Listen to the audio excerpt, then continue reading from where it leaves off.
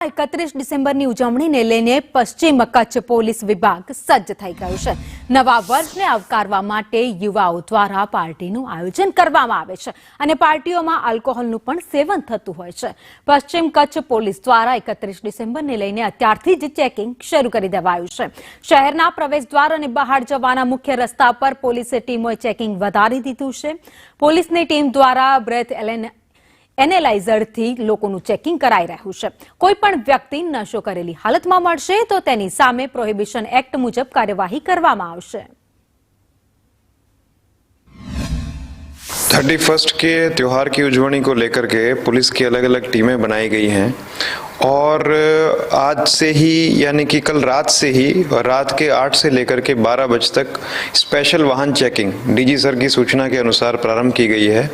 इसमें शहर के एंट्री और एग्जिट पॉइंट्स पे व्हीकल चेकिंग की जा रही है और ब्रेथ एनालाइजर के साथ व्हीकल चेकिंग की जा रही है और इसमें ड्रिंक एंड ड्राइव के ज़्यादा केसेस करने के लिए हम लोग प्रयास कर रहे हैं।